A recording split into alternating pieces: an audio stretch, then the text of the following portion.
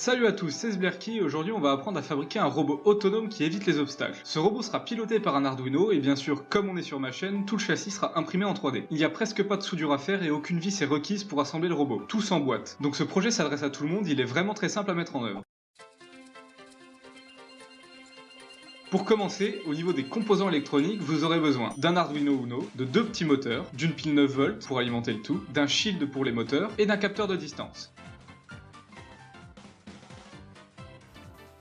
Bien sûr, je vous mets les liens de tout ça en description comme d'habitude. Et pour ce qui est du châssis et des autres pièces imprimées en 3D, je vous mets le lien du projet Thingiverse en description. Vous pourrez retrouver toutes les pièces nécessaires là-bas. Donc, on aura besoin du châssis SL, c'est pour pas avoir à rajouter de vis qu'on prend celui-là, de 32 petites pièces qui formeront les deux chenilles du robot, de 2 roues maîtres et de 2 roues esclaves SL, toujours pour les vis. Et on aura aussi besoin de la pièce ultrasonique 2BV2. Après, il y a pas mal d'autres pièces que vous pouvez aussi imprimer en plus si vous le souhaitez, comme par exemple une pièce qui servira à tenir la pile 9 volts, mais personnellement, je trouvais pas ça pratique pour pouvoir l'enlever et la recharger facilement, donc je l'ai pas imprimé. Il y a aussi une protection pour le capteur de distance qui est disponible, mais moi elle n'était pas adaptée à mon capteur, donc c'est pareil, je m'en suis passé. En ce qui concerne l'assemblage des petites pièces pour les chenilles, il va falloir faire 2 chenilles de 16 pièces chacune. Donc pour les assembler c'est simple, il faut simplement mettre un morceau de filament dans le trou prévu à cet effet, à l'endroit où les deux pièces s'emboîtent. Donc une fois les deux chenilles assemblées, vous pouvez emboîter les roues esclaves sur le châssis, et aussi insérer le capteur de distance dans la pièce prévue à cet effet, donc c'est la pièce ultrasonique de BV2, et cette pièce ensuite vous pourrez la glisser à l'avant du châssis. Maintenant on va s'occuper de la partie électronique.